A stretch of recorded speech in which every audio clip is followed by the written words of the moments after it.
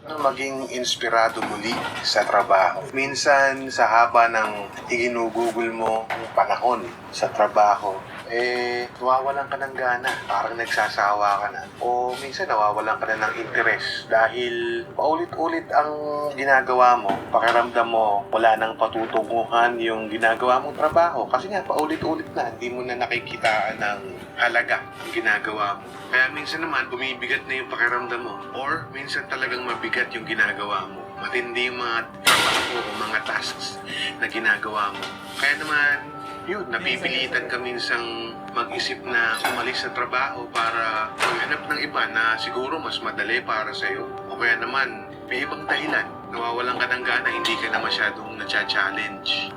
Wala nang dating sa'yo yung trabaho mo. Pero, huwag ka munang umalis sa trabaho. Baka may paraan pa, baka meron tayong magawa. May mga tips o may mga mungkahi, may mga payo na pwede mo sigurong gamitin para magtagal ka pa sa trabaho. Isang tip ng mga eksperto para magtagal ka pa ng matagal-tagal pa sa trabaho, ikumpara mo daw yung sarili mo sa iba. May mga nagsasabi na masamang ikumpara ang sarili sa iba dahil hindi nga naman maganda ikumpara mo yung kakayahan mo sa iba. Ang lagi nilang sinasabi ay ikumpara mo lang ang sarili mo sa sarili mo. Kumbaga, yung sinasabi nga ni Michael Jordan, you need to compete with yourself.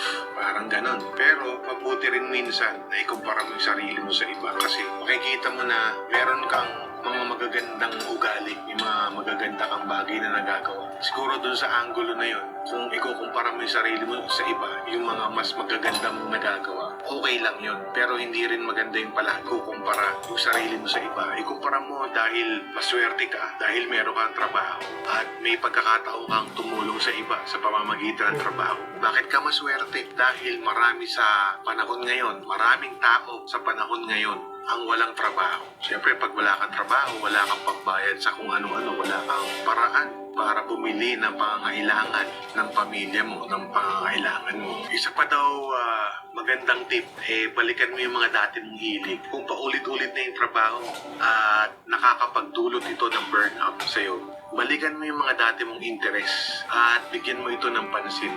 Higit na pansin. Example, mahilig kang mag-alaga ng halaman pero hindi mo na ito nabibigyan ng atensyon dahil nga sobrang busy ka na sa trabaho.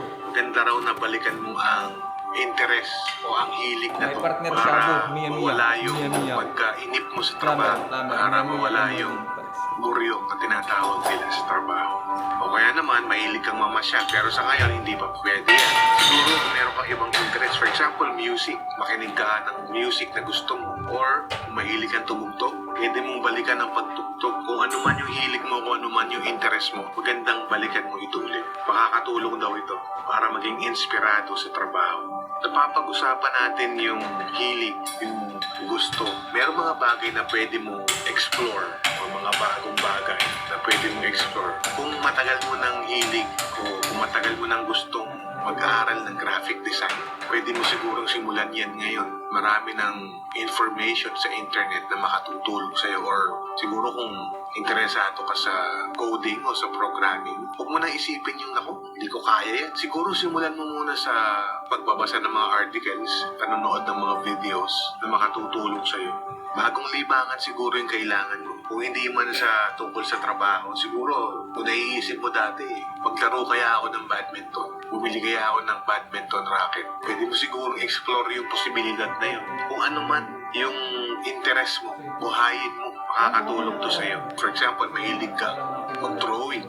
Pwede mo siguro simulan to sa pagdududel, tapos explore mo yung ibang possibilities sa arts. Hindi naman kamahalan magsimula nito, lalo na kung doodling lang or siguro watercolor. Hindi naman kailangan magsimula ka agad doon sa mga mahal na materialis. Maraming mga online courses na makatutulong sa